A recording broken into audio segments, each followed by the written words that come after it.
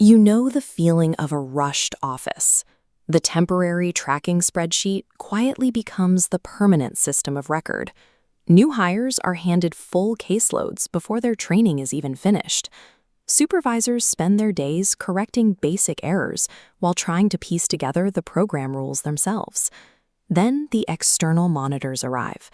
An audit flags missing documents, highly inconsistent daily practices, and glaring reporting deficiencies. The organization leaps into action.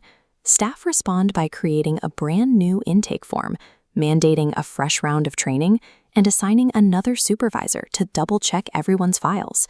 Those corrections make sense on paper, but they fail to relieve the actual pressure. A few months later, the exact same frantic energy returns to the office, just with an extra layer of paperwork attached.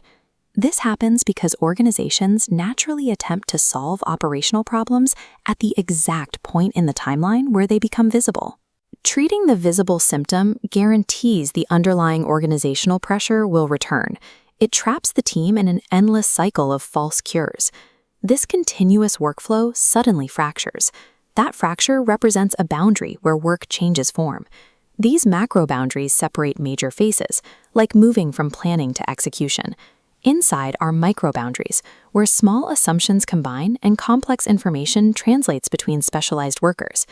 Because these microscopic transitions happen quietly in quick emails or rushed hallway chats, the friction they generate goes entirely unnoticed until much later in the timeline.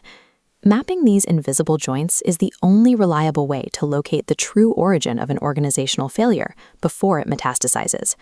Consider a nonprofit that just secured a major grant. The news is thrilling, but the actual implementation leaves the staff feeling completely overwhelmed. To figure out why the team is struggling today, we must rewind the tape several months to the moment they submitted the initial application. After hitting submit, the organization enters a limbo period. For months, there is zero communication from the funder. Leadership makes the completely rational decision to freeze hiring and halt technology preparations because the funding isn't guaranteed. Then comes the snap.